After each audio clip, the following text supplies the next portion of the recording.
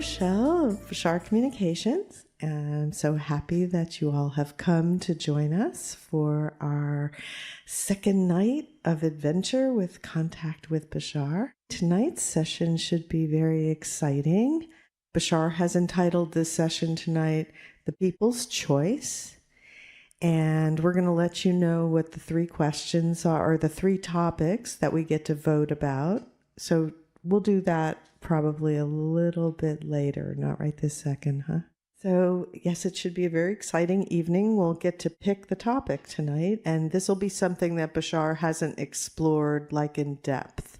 So we get a chance to ask him to go deeper on these particular subjects. So we'll take a vote once the topics are announced. And tomorrow, which is the last day of our weekend event, on Sunday morning at 11 o'clock, the title of the session is The Science of Spirit. And this is where Bashar is going to start exploring the nature of God, how science and metaphysics come together, helping us understand bridge that gap in terms of the spiritual versus science. So see what Bashar has to say about that. And coming in February or March, the second week in March is our whale trip to the Dominican Republic.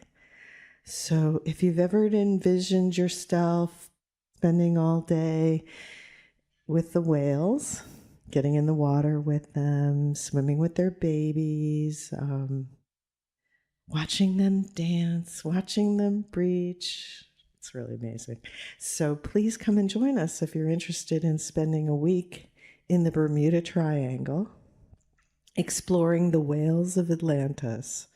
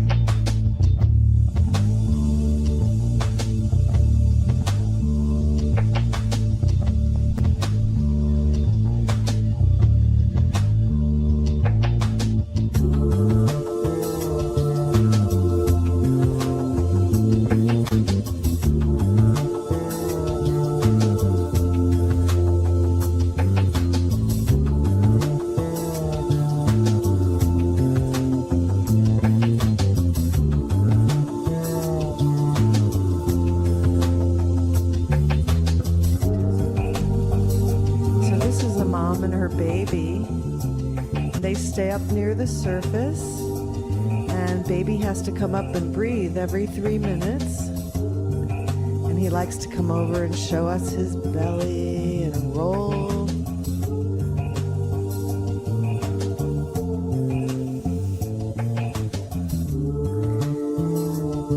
And this whale is sleeping on her back. She's the only whale that does it, and the last time we saw her was 10 years ago, sleeping on her back, and now she has a baby.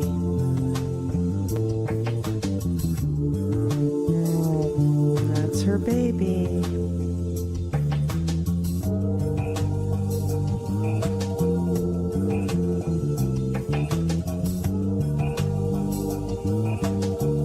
When they're born, they're like 10 to 15 feet long.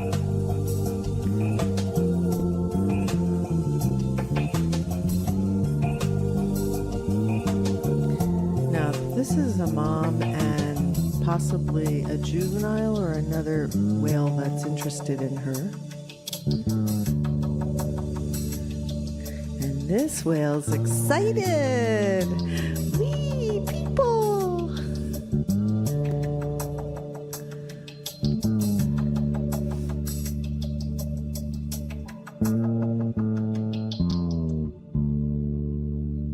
And they made a little heart with their bubbles. You like my pendant? My whale? This is actually from the Dominican Republic. It's Larimar. That's the only place where it actually exists. Yes? I'm going to start having a... Thank you. Yes? Were you going to ask a question? No, he's raising his hand. Yes, what was the crystal behind you? Oh, so this is a rendition of the contact crystal that Bashar described that's on their planet. And the small ones that we have over here are like the central crystal. And then, see, you probably would have liked the video, huh? On the contact crystals. So it just represents all the civilizations that Bashar has had, their civilization has had contact with. So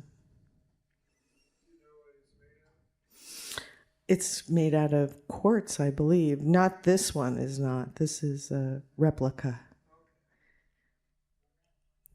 So, anybody else have any questions? Yeah?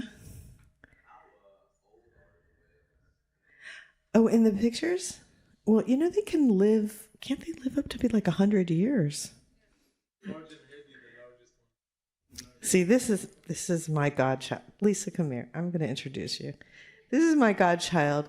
She came swimming with the dolphins when she was 12 years old, and it changed her life so profoundly that she went on to become a marine biologist. And now she takes people on tours in Alaska and in Antarctica and places like that. So anyway, thank you, Lisa. That's what happens. So she's been talking to Bashar since she was about 12 years old. So that's another interesting thing. So thank you for being here. Of course. Okay. They're about 50. It's usually about a ton per foot. So the biggest are about 50 to 55 feet long and can weigh up to about 50 tons. We don't know how long they can really live for. On average, we thought anywhere from about 50 to 80 years, but now we're finding evidence that suggests longer, maybe over 100. Bowhead whales can live up to 200 years. It's absolutely incredible. So there's so much we don't know about them. So go to the Dominican Republic with April and swim with them. It'll be lots of fun. There's different populations throughout the world. The North Pacific, now there's about anywhere from 25 to 27,000. They've made quite a comeback. And we think that population now is about at carrying capacity, what the Earth can support. So right now their population's stable. They're in the summertime, they're up in the Alaska area feeding, and then they travel down to the Hawaii area in the winter to have their babies. And then they have an East Coast contingency that's inland that goes down to the Dominican Republic. And you see that. The Republic is the sanctuary where the whales come to have their babies and mate and everything. And that's where you hear all the whale song and the really pretty behaviors that they do, all the pectoral slapping and the breaching, and it's really quite incredible. So you see that all throughout the world where they'll winter in typically warmer waters and then summer in cooler waters where they'll do all their feeding and then do that long migration. Pretty incredible. Thank you, Lisa. I'm so proud of her. So, okay, and now, oh, yes? I have three questions, actually. How did you get involved with what's the most profound experience you've had? And has Darryl ever gone swimming as Bashar? Yes, but Darryl, let me bring Darryl up here, okay? So please join me in greeting Darryl Anka, channel for Bashar.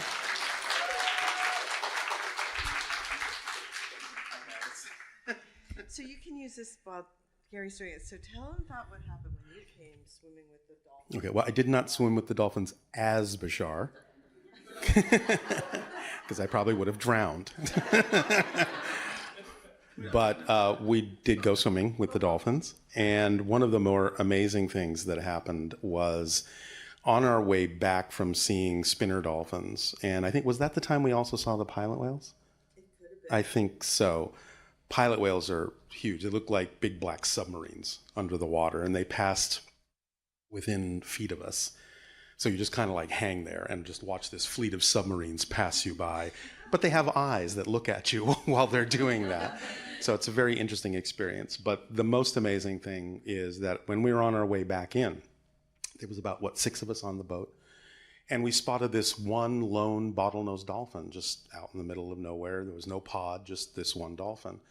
And so we stopped, and he didn't seem to want to go anywhere. So we decided we'll get in the water with him. And he stayed with us and played with us for about half an hour, just swimming around us, doing all sorts of games and things with us. And at one point, he went down to the bottom, which was, I think, about maybe 60 feet down below, but you can still see it pretty clearly in the water.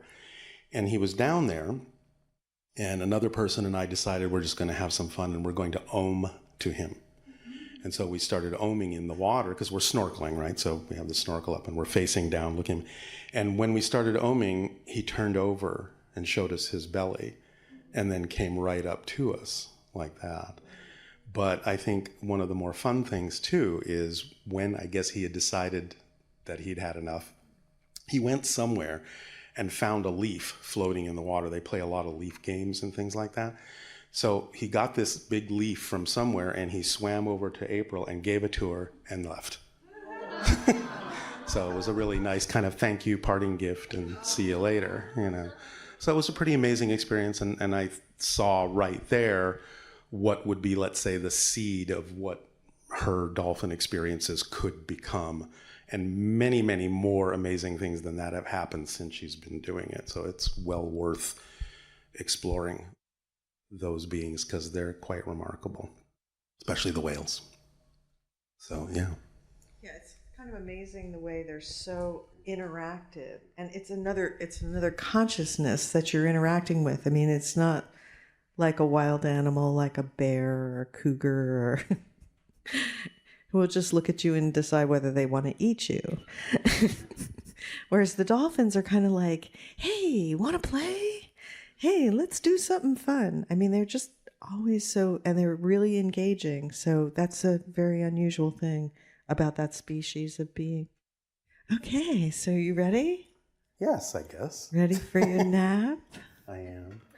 Does he tell you stories before you go to sleep? Sometimes. Yeah. And if I'm good and I listen really well, I get cookies and milk. Anyway, so thank you so much for all that you do. Have fun, everyone. Thank you for being here tonight. I will see you later.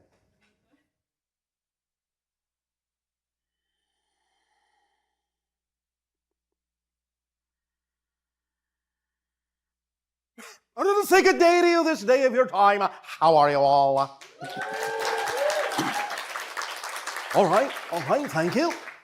Once again, we thank each and every one of you individually and all of you together collectively for the co-creation of this interaction and the allowance of this transmission this day of your time. This transmission has been titled The People's Choice to allow us to explore new ideas, new topics that we have not either explored before at all with you or have not gone into great depth with. So, we can begin by allowing the vote to happen once the topics are read. Nania? Now, this will be by a show of hands.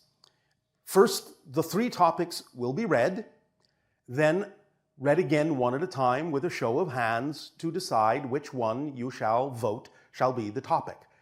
This will be a popular vote, not an electoral college vote. So, a little political humor for your planet. Please begin, Nania, with reading the topics that are available to vote on. So, Number 1. Number 1 is the spectrum of fear. So this is all about the idea of the very different types of fear that you can experience on this planet and how to respond to them. Number 2 is artificial intelligence and how we're evolving in that direction in terms of understanding how to integrate with it and how to use it. And so a deeper exploration of our relationship to it and how that's going to change our lives as we expand as a civilization. And number 3. Number 3 is understanding grief. The idea that when we have loss through death or other reasons, We go through a lot of different stages. We have a lot of different experiences with it. It's a very powerful thing that you go through here on Earth. So Bashar will be explaining, if we choose that one, he'll be explaining how to understand that, how to shorten it, how to shift it, many different aspects of grief. All right, so the spectrum of fear, artificial intelligence, and discussions about grief. So read them off one at a time. Get a show of hands. Okay, here we go. Spectrum of fear. All right, let's try it this way. Who doesn't want spectrum of fear? Okay, maybe about 10 people don't want it. So, okay. The next one is artificial intelligence. 6, 7, 8, 9. Still about 10 on that one. And finally, understanding grief. Just a few. All right. So you have your vote? Yeah, it was pretty overwhelming in terms of this audience about the spectrum of fear. Yes, we thought it might be. I'm scared. That's somewhere on the spectrum. Now, before we go deeply into it, if you, those who attended last night's transmission, remember we were talking about the idea of sensing and predicting probabilities that exist at the time the prediction is made, yes? And so we took a reading of what would happen tonight. Nania, would you remove the envelope from under the stool? You may wish to open it and pass out the handouts to people, because the only download we knew we would need would be the spectrum of fear.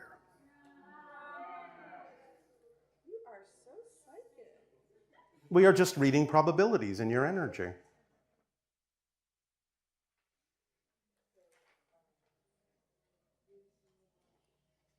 make sure everyone has a handout so they can follow along.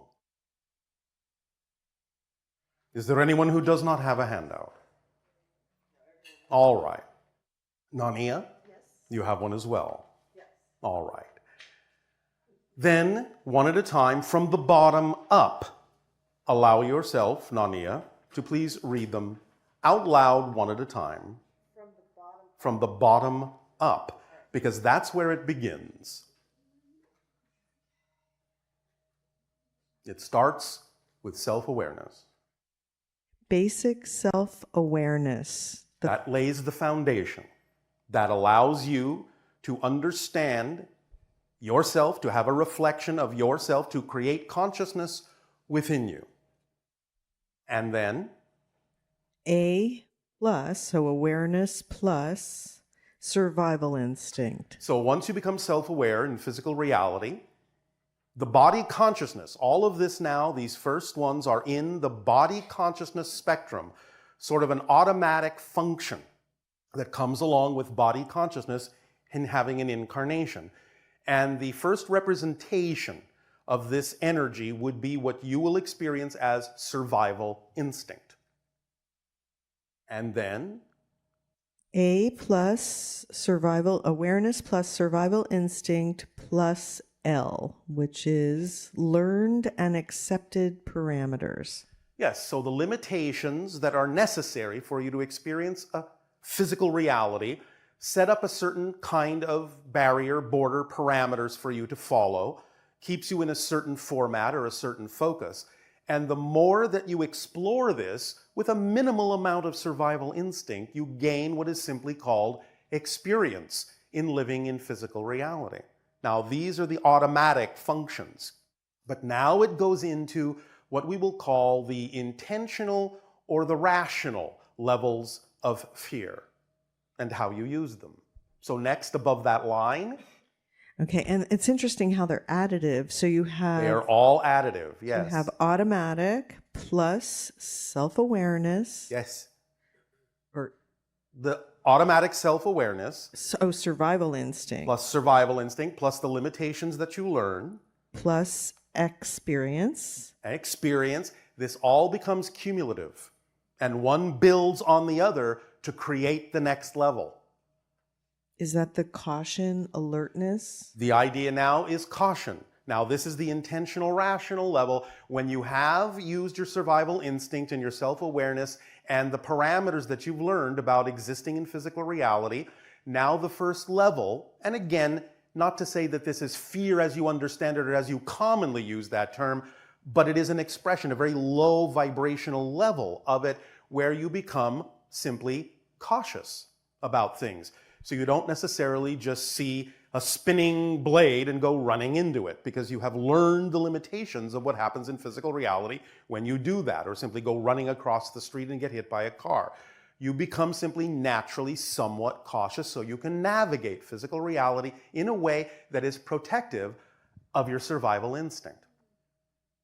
And then, above that, Should I go through all the additives or just no. just do the added one? You already now understand that this is all cumulative. Each level adds to the next, to the next, to the next, to create the next level above it. Oh, I see. So now when you add caution to Yes. that mix, you end up with wariness. Now you start to pick up on the idea that sometimes in your culture you have called bad vibes, where you simply feel that something may not be quite aligned here. You start being sensitive to the idea. You gain enough experience to become sensitive to the idea and be able to pick up on the idea that something may be out of alignment with your preferences in life, may not necessarily be to your benefit. And so you start becoming wary of certain things. Again, this is not necessarily automatically a negative. There is both a negative and a positive mix in this level of intentional and rational fear.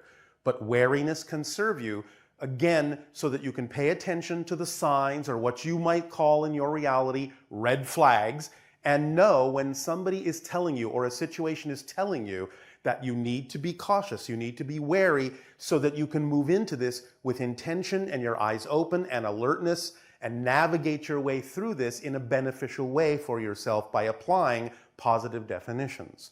And now, cumulatively, above wariness, we come to what you classically call typical fear. Yes? So this is the one where once you add in wariness, Yes. you end up with fear, right? Yes, but now you have the idea that this can also be the result of positive things, negative things, and it can be mitigated by more positive definitions.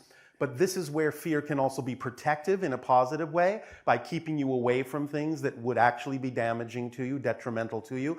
Or it can be negative based on fear-based negative definitions that are not necessarily to your benefit. This is still within the level of the intentional and rational levels and expressions of cumulative energies that create fear, because you can still do something about it with your consciousness intentionally. So you get to use fear, if you wish, in a positive way by making fear your friend, and knowing that fear in the positive sense, being defined that way, is now simply a messenger knocking on your door to tell you that you might have fear-based beliefs in your unconscious mind that you're unaware of, and it's helping put you in touch with that fact so that you can illuminate those things, find out what those definitions are in your unconscious mind, bring them to your conscious attention, and let them go if they're out of alignment with who you prefer to be, so that you can expand yourself in a positive way. And so on this level, this is the last level where you can use fear in a positive way by recognizing the negative definitions that have created the negative experience of fear within you. But now, above that, when you accumulate to the next level, you're actually crossing another threshold, and you're going into the irrational energies, where thought patterns become dissociative, where your energy becomes less, in a sense, controllable. You go into the idea, crossing that threshold, of paranoia. So now this is the first irrational idea. And of course, we understand the old joke on your planet, you're not being paranoid if somebody is actually after you. But this still is down in the level below that threshold, where you're actually making a rational recognition that you might actually be in physical harm or danger. When we're talking about the idea of crossing that line now into paranoia, we are talking about an irrational energy where now the negative beliefs that are now prevalent, wholly negative beliefs, are now taking over in a sense and allowing you to imagine things that are not necessarily true, blowing things up out of proportion and imagining things that are really not representative of anything going on outside you, but are more representative of the things going on inside you that you do not trust about yourselves. Panic now, being the next level that you accumulate, allows you to experience what you recognize as phobias, where you really have seemingly a completely uncontrollable paranoia about things in specific terms that you are now using as a symbol to represent the negative belief system. This goes into panic. And then, yes, when you add the panic to the mix, now you can go into terror. This starts really breaking down your thought process, any kind of rational experience at all. And when you cross that threshold, you then can go into the idea that terror can actually literally frighten you to death. Because the idea now is the survival instinct kicks in so strongly with terror that if you cannot find a rational way out of it, if you cannot bring in and mitigate that experience with some positive definition, the survival instinct will tell you that there is no other way out, and therefore the only door would be, in a sense, to survive in spirit, to leave the physical reality. So these are the formulas, the cumulative formula of energy that is called the spectrum of fear. You follow? Yes, I almost feel like we need to reiterate it a little bit. Now, we haven't gone to death, right? Haven't done that one yet. Death. Well, that's death. Oh, that's death. But that's survival of spirit, it says. Survival of spirit is natural because there is no way the spirit can die. So death is death of the physical in order to survive. Because the physical at that point does not find that there is any way for it to survive. It cannot find a way out. It cannot find a way to mitigate the terror. Therefore, if it doesn't find a way to mitigate the terror, it will die of fright. The physical consciousness will completely dissociate and will die of fright. So like people that are being tortured and stuff like that and those terrible experiences, how do they stay alive? Well, again, you have to look at the spectrum and understand that they may be applying certain other perspectives and definitions into what they're experiencing, and they're not always necessarily terrified. They may, in fact, be defiant. Do you understand? Yes. So they're looking for a way to find a positive belief system that can allow them to survive. Their survival instinct is helping them search for something that will give them the strength to survive. If they find it, then they will simply become defiant, not terrified. They will not be frightened to death. So I'm just trying to grasp this whole thing because it's the first time I'm seeing it too. So the first level where you have automatic neutral body consciousness. Yes. That includes all the physical levels of fear? Is that the idea? Or is it the intentional and rational? No. You will feel fear physically on the different levels, but we're just saying it starts with this neutral level that imbues you with a physical sensation that equates to or translates to the concept of survival instinct. So similar to the idea of when a baby is born, they have a natural fear of falling. They have a fear of loud noises. Survival instinct. So that's where you're automatically programmed to be able to experience fear. You are exploring with the survival instinct to determine the limitations, the parameters that define physical reality. You are gaining experience. But this is all, in a sense, on a relatively unconscious level. It's just in the body consciousness. So all of these ones here that were self-awareness. Yes. And then your basic survival instinct. Yes. Awareness of self-imposed limitations. So that's like you start to become aware that you have physical limitations. Is yes, that the this idea? is don't touch the stove, it burns. You are learning your environment. That's a limitation to keep you healthy, that you learn through experience. And then experience is understanding these things and applying them so that you... Yes. You build your world out of those ideas, those parameters, as to what is beneficial and what is not on that level. And is this how the physical body actually evolves in its exploration of fear? Yes. It starts out on the physical level, understanding fear from the survival instinct. Yes. And then it moves into the second level, which is this is fear, wariness, and caution, which are... Yes. Caution, wariness, and fear going These are upward. mental states then at this point. This is now awareness through experience of what works for you. Yes. The more experience you gain, the more you can use fear in a positive way to determine what works for you, what is and is not in alignment with what you prefer to experience and who you prefer to be. That's why these are still intentional and rational levels of fear. So it's still rational because you're processing the experience and understanding how the experience benefits or doesn't benefit you. So like when people inherit fears from their parents Yes.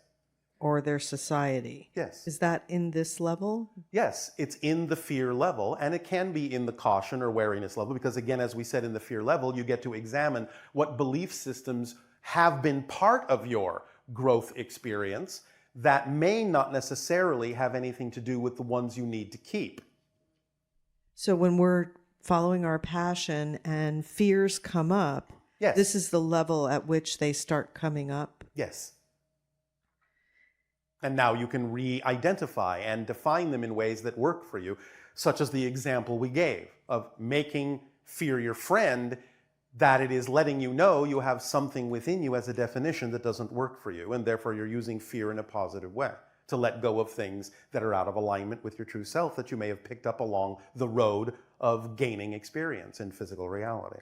So it's at this level, this is where we start redefining our thoughts around the fear that we're experiencing and exploring it and starting to transform it, Yes. right? And then you move into the next level, which is the actual, true, irrational fear. Yes, this is where you allow the negative belief systems to become predominant, and you go into irrationality. And therefore, the amplification of the predominant negative belief systems, adding their energy to this formula, creates the idea of irrational fears that then create apparent difficulty in bringing in more positive belief systems to mitigate them. This is when you feel like you're losing your mind, right? Yes. And you don't know what's true, you don't know what's real. Yes. You think that people are trying to hurt you or Yes. something and they're not really doing it. You start projecting your own Correct. fears onto other people. Correct. Okay. And then the death one is when there's no ability to resolve. Where you have brought yourself to a place where you've painted yourself into such a corner, you have no ability, no view, no vision of any possible resolution. So that's a complete loss of hope. Yes. Does that happen a lot on our planet? How many people die? How many people commit suicide? Okay, so that's more like where you've gotten to the point that your irrational fear is so out of control that it literally kills you. Yes, and that means you can actually just drop dead, or you can actually take your life. Or have someone else do it for you in a negative way. There are obviously positive versions of choosing to die. It's not what we're talking about. We're talking about the idea of the irrational fears building to such a fever pitch that you simply find there is simply no other exit, no way back. There is only one door, and that door is called death. Or, for some people, insanity, where they simply check out to the point where they are not experiencing the reality at all anymore that they believe was responsible for their present condition. In a sense, it's a kind of death, because you become something that is really not the person you started out to be at all, and experience reality completely through a dissociative state. So it's a death of the original personality. Whether that physically happens or not is not the issue. It's the death of the original personality as an escape route. Yeah, it kind of reminds me of like the horror movies they show where people can't scream or something like that, and they just die, you know? Yes. Dying of fright is a real thing. Wow. Your body will shut down. Your heart will stop. Your mind will go blank. you'll exit, you'll escape.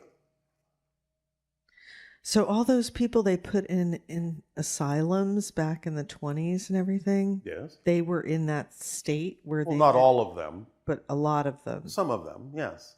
Because again, remember that back in those times, you had different definitions about what constituted the idea of insanity.